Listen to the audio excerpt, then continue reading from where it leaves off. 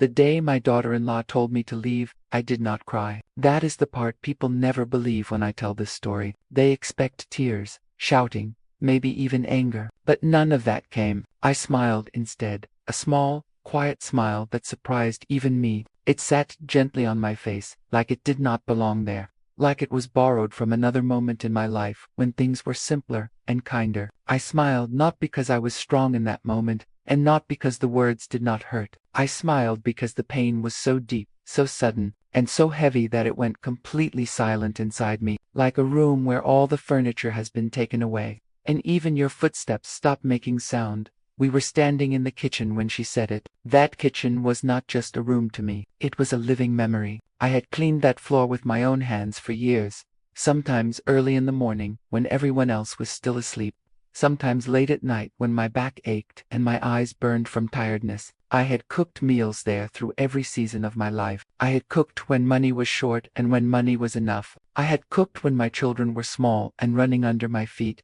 and later when the house grew quieter. I had cooked when my husband was alive, standing nearby, tasting the food and teasing me gently. And I had cooked after he was gone, when the silence felt so loud that the sound of boiling water was my only comfort. That kitchen knew me. It knew my habits. It knew how I leaned slightly to one side when I was tired. It knew the way I wiped my hands on my apron, even when it was already clean. It knew my prayers whispered over pots and pans, asking only for my family to stay safe and together. And now, in that same kitchen, my daughter-in-law stood across from me, her arms loosely folded, her face calm in a way that felt rehearsed. She did not raise her voice. She did not use cruel words. She did not accuse me of anything. In some ways, that made it worse. Her tone was soft, almost polite, as if she were discussing the weather or asking me what I wanted for dinner. She looked past me at times, not into my eyes, like she was already stepping into a future where I was no longer part of the picture. When she finally spoke, her words were gentle but firm, carefully chosen and carefully placed, like stones laid across a river so she could cross without getting wet. She said, "Maybe it's time you find somewhere else to stay." The words floated in the air between us for a moment. They did not rush at me. They did not attack me. They simply existed, quiet and unavoidable. I remember blinking once, slowly, as if my eyes needed time to understand what my ears had already heard. I remember the hum of the refrigerator, the faint smell of spices from the morning's cooking, the way the light from the window fell across the counter. Everything around me stayed exactly the same, and yet something inside me shifted forever. I nodded. I do not even remember deciding to nod. My head simply moved on its own, as if my body was trying to keep the peace, even while my heart was breaking. I heard myself say, "All right," in a voice that sounded calm and distant, like it belonged to someone else. I did not ask why. I did not argue. I did not remind her of anything I had done or sacrificed. I did not say that this was my home too. I did not say that it had been my home first. Instead, I stood there, feeling a strange emptiness settle into my chest. It was not sharp pain. It was not the kind that makes you gasp or cry out. It was heavy, slow, and dull, like carrying a weight you have been holding for so long that you only notice it when someone adds just a little more. In that moment, I realized how tired I truly was, not just in my body, but in my spirit. What hurt the most was not the request itself. It was the way it made me feel invisible. It was the way it turned all my years into something small and forgettable. I remember thinking how strange it was to be asked to leave a home I had built brick by brick, dream by dream, love by love. I remembered standing on empty land with my husband so many years ago, the ground rough beneath our feet, the future uncertain but full of hope. I remembered choosing where the walls would go, where the windows would face, where the kitchen would be, because I believed kitchens were the heart of a home.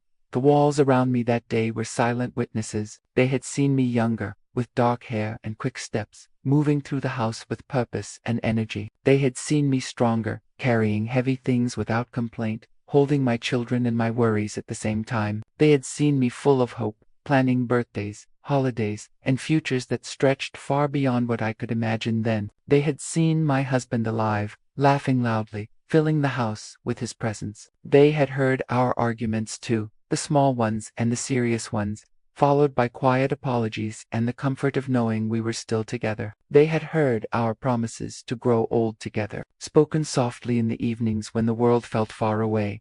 And now, In that same space, I was being told I no longer belonged. After she left the kitchen, I stayed there for a few seconds longer. I ran my fingers lightly along the edge of the counter, feeling the smooth surface I had wiped clean thousands of times. Then, I turned and walked to my room slowly, not because I was weak, but because my legs felt unsure, like they needed time to carry the weight of what had just happened. Each step felt heavier than the last, as if the house itself was asking me why I was moving away from it. I closed the door behind me and sat on the edge of the bed. The bed creaked softly, a familiar sound that made my throat tighten. I looked down at my hands resting in my lap. They were shaking, just a little, not enough for anyone else to notice, but enough for me to feel. These hands told the story of my life better than words ever could. They were not smooth or delicate. They were worn, marked by time, by work, by love. These hands had fed my children when they were small, lifting spoons to tiny mouths, wiping faces, comforting tears. These hands had washed clothes, scrubbed floors, and held on to hope when things felt impossible. These hands had held my husband's hand when he was dying, feeling his grip grow weaker, memorizing the shape of his fingers so I would never forget. These hands had signed the papers to buy this land when there was nothing here but dust and grass, when the future was just an idea and a prayer. No one remembered that part anymore. They did not see the woman who once stood tall and dreamed boldly. They did not see the sacrifices that were made quietly, without applause or recognition. They did not see the strength it took to keep going after loss, after disappointment, after years of putting others first. They saw an old woman now, quiet, tired, sitting on the edge of a bed in a room that suddenly felt temporary. They saw someone easy to move aside. They thought I was weak, and maybe that was my mistake, not being weak, but letting them think I was, letting my silence speak for me, letting my patience be mistaken for permission. In that moment, sitting alone with my trembling hands and my steady smile, I did not yet know what would come next. I only knew that something inside me had changed. Something had woken up,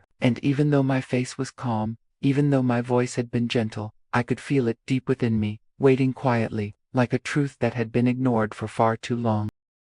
Before this house existed, before my son was married, before there were arguments about space, privacy, or who belonged where, there was only land. Nothing more than open ground stretching under a wide sky. No walls, no roof, no doors to close or open, just dry land, empty land. The kind of place most people walk past without a second look. The kind of place people dismiss because they cannot imagine anything growing there. But to me, and to my husband, it was full of possibility long before it was full of bricks. When my husband first showed me the land, I did not see a house either. I saw dust clinging to my shoes and grass struggling to survive. The sun beat down hard, and there was no shade to hide under. It looked lonely, like it had been forgotten by everyone else. People laughed when we told them we were thinking of buying it. They shook their heads and asked us why we would waste our savings on something so useless. They said nothing would ever grow there, not crops, not flowers, not even hope. They told us to be sensible, to look somewhere better, somewhere already built, somewhere safer. But my husband had a way of seeing beyond what was visible. He believed that roots mattered more than appearances. He believed that a family needed something solid beneath their feet, something that belonged to them and could not be taken away easily. He said rented walls never truly feel like home because your heart knows they're temporary. He wanted permanence. He wanted a place where our children could grow without fear of being moved along when it became inconvenient for someone else. So we bought it. I remember the day clearly, even now. We stood there together after the papers were signed, the land officially ours, though it still looked exactly the same as it had before. The sun was harsh that day, burning our skin and making us squint. The wind picked up dust from the ground and carried it into our eyes and mouths, making us cough and laugh at the same time. It was uncomfortable, and yet it was one of the happiest moments of my life. My husband squeezed my hand tightly, his palm warm and steady, and he smiled the kind of smile that came from deep inside him. He looked around, not at the emptiness, but at the future he could already see. "One day," he said softly, "our children will run here."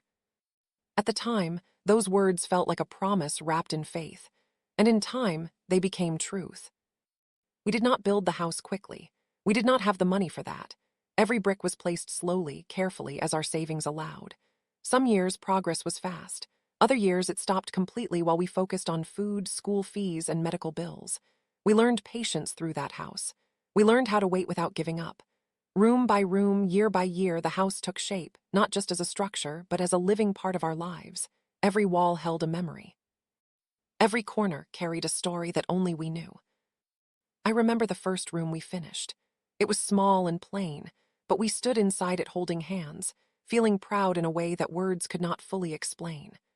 I remember the nights we sat on the floor because there was no furniture yet, eating simple meals and talking about what the house would look like when it was done.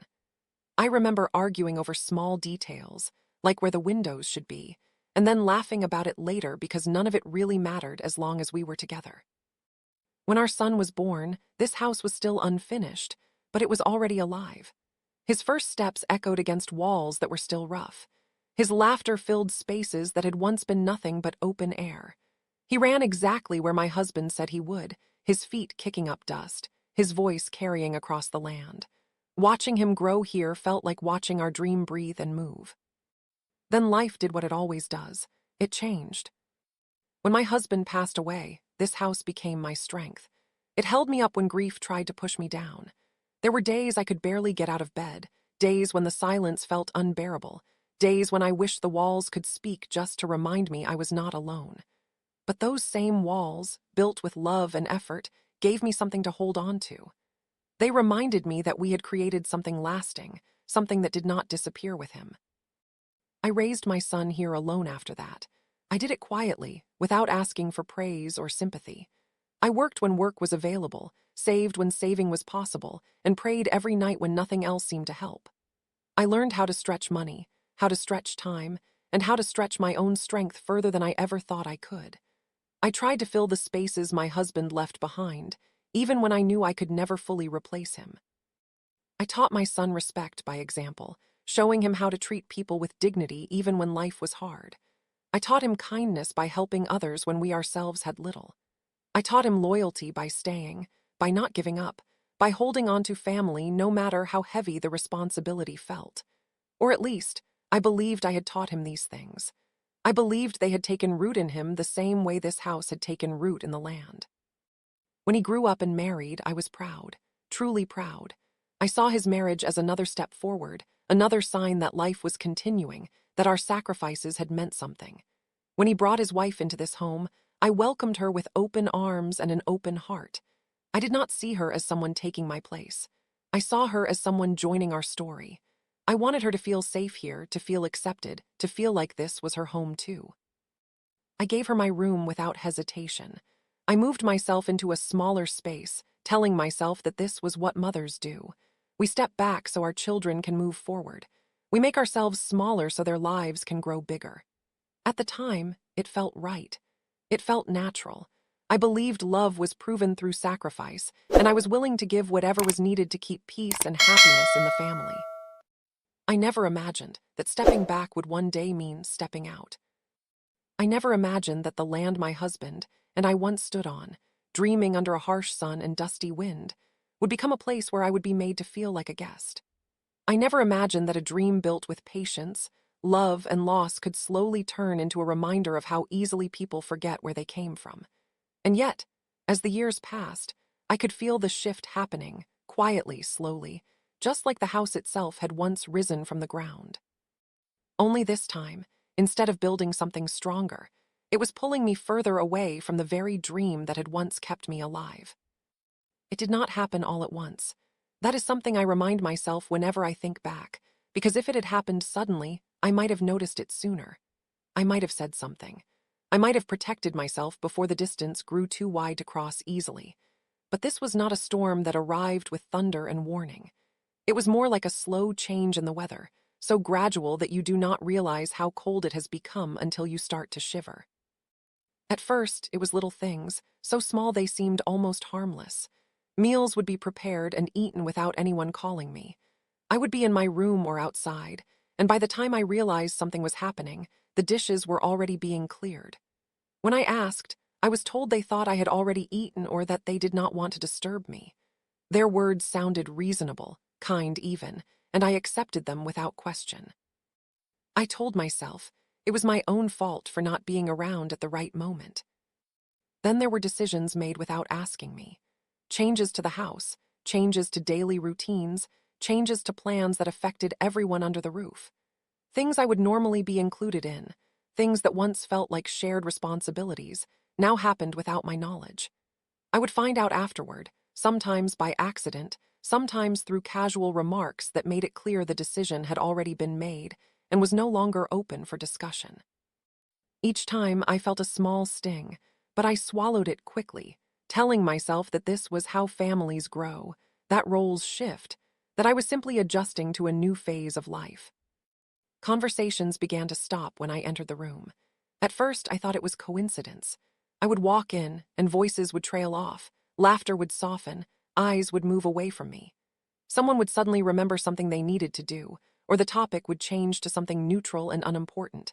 I told myself they were probably talking about private matters, things between husband and wife that I did not need to hear. I told myself it was respectful of them to stop. Still, there was a quiet ache that followed me each time, a feeling that I had become a presence to work around rather than a part of the moment. I tried to reason with myself constantly. I told myself I was imagining it. I told myself that young couples need space to build their own lives, their own rhythms, their own closeness. I told myself not to interfere, not to hover, not to become the kind of mother-in-law people complain about. I had seen those stories, heard those warnings, and I was determined not to be that person. So I stayed quiet. I stayed helpful.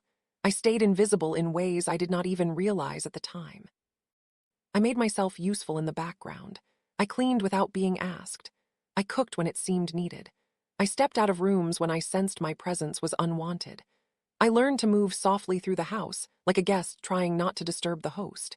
Each small act of stepping back felt like a choice, something I was doing out of love and respect. I believed that if I gave them enough space, they would eventually notice my care and respond with kindness. But slowly, something changed in my son. He stopped sitting with me in the evenings the way he used to.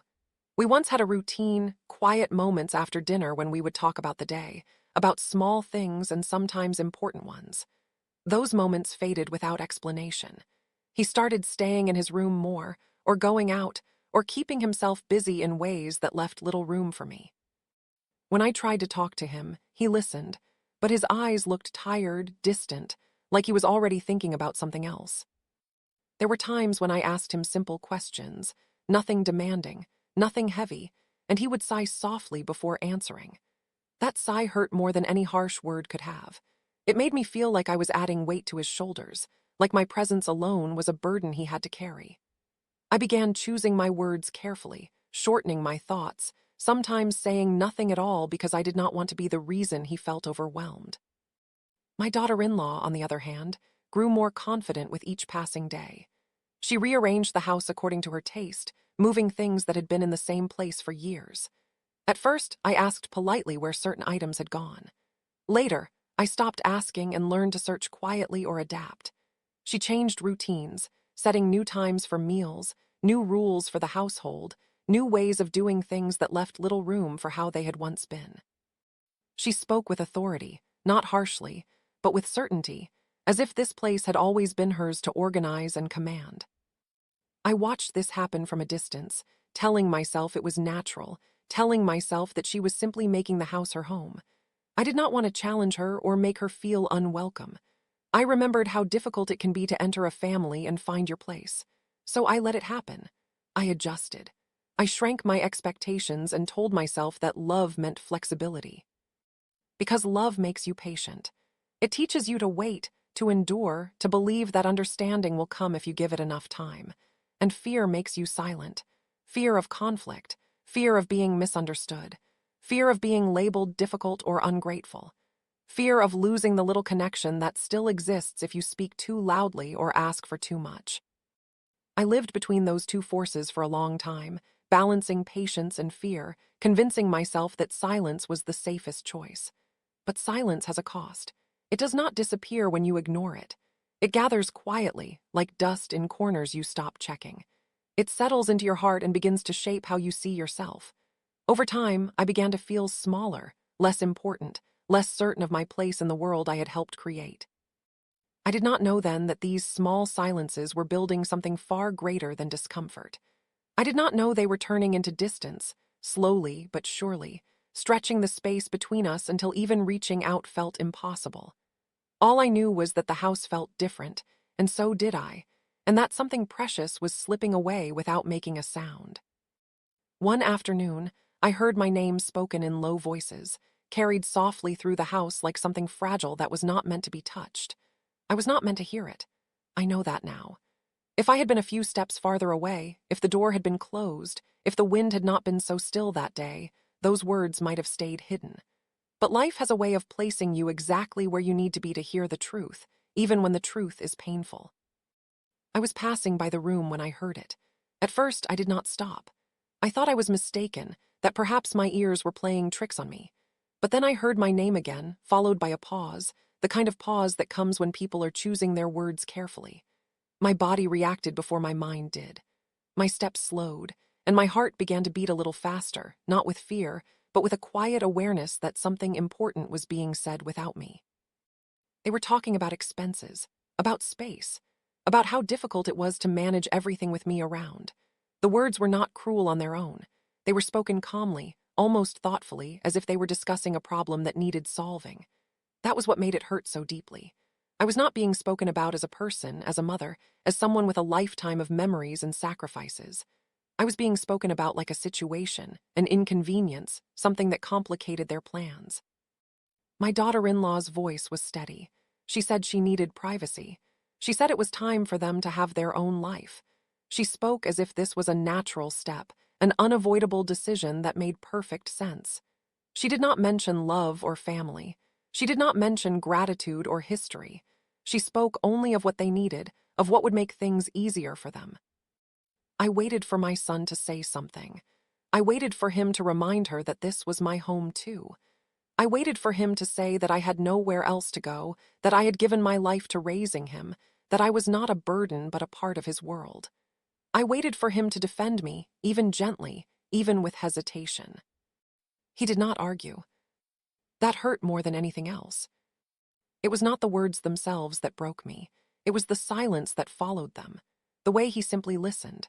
The way he let her speak and then agreed, as if the matter was already settled in his heart. His voice did not carry anger or doubt. It carried acceptance. In that moment, I realized that this conversation had likely happened before, perhaps many times, without me knowing. This was not a sudden idea. It was a conclusion they had slowly reached together. I stepped away quietly, careful not to make a sound. I did not want them to know I had heard. I did not want to force a confrontation I was not ready to face.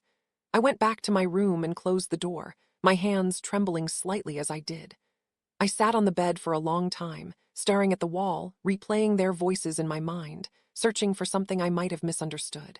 But the meaning was clear, no matter how I tried to soften it.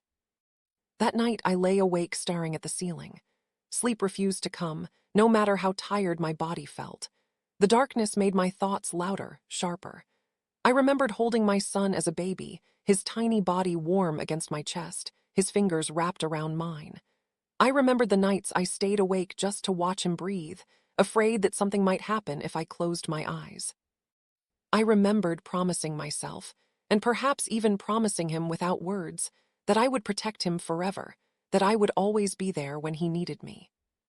No one ever tells you that one day, your child might forget to protect you too. That realization settled into my heart slowly, like a heavy blanket. It was not anger I felt, but a deep sadness, mixed with confusion. I wondered when the balance had shifted, when I had gone from being someone he relied on to someone he needed to move away from. I wondered if I had done something wrong, if I had stayed too long, loved too much, or failed to see the signs earlier. Still, I said nothing. I lay there in the quiet, listening to the sounds of the house, the same house that had once echoed with my son's laughter and my husband's voice. I told myself that if I stayed gentle, love would return. I believed that patience could still heal what was breaking. I believed that speaking up might push them further away, and I was not ready to lose what little connection remained. I did not know that while I was lying there, hopping for love to find its way back to me, plans were already being made. Quiet plans, careful plans. Plans that did not include my voice, my feelings, or my future. All I knew was that something had changed forever that afternoon, and that the distance I had been trying so hard to ignore had finally spoken out loud, using my name as if it belonged to a stranger. The decision came quietly, the way life-changing moments often do. There was no argument, no raised voices, no dramatic scene that would later be remembered as the day everything fell apart. There was no family meeting where everyone sat together and spoke openly. There was no discussion where my thoughts or feelings were invited. There was only a suggestion, spoken gently, carefully wrapped in concern so it would not look like what it truly was. They told me it would be better for me to live elsewhere. They said it slowly, with soft voices and calm faces, as if they were doing me a favor. They said I would be more comfortable somewhere else, that I would have more peace, more rest, more freedom. They said it was for my own good. Each word was chosen to sound kind, to sound reasonable, to sound loving. And perhaps, in their own way, they believed it was. I listened without interrupting. I looked at their faces, searching for something familiar, something warm, something that reminded me of the family I thought we were. But what I saw were people who had already moved forward in their minds. Their decision was settled. My response, whatever it might have been, would not change the outcome. They were not asking me what I wanted. They were telling me what would happen. I smiled, the same small, calm smile that had appeared before. I nodded slowly, as if I were agreeing to a simple request, as if they had asked me to rest instead of work, to take care instead of worry. I said very little. I did not argue. I did not remind them of the past. I did not list my sacrifices or my pain. I had learned by then that words spoken into closed hearts only come back to wound you further. Inside me, something settled. It was not anger. I had known anger before, and this did not feel like that. It did not burn or rush or demand release. It was not revenge either. I did not imagine punishing them or making them regret their choice. Those thoughts never came. What settled inside me was something quieter and much stronger. It was clarity. For the first time in a long while, I saw the situation exactly as it was, without excuses, without hope trying to soften the truth. I saw that my patience had been mistaken for permission. I saw that my silence had been interpreted as agreement. I saw that my love had been taken for granted, not because I had given too much, but because I had asked for nothing in return. And in that clarity, I realized something else. They had forgotten something important. They had forgotten whose name was on the land papers. They had forgotten who stood on that empty ground years ago and believed in a future no one else could see.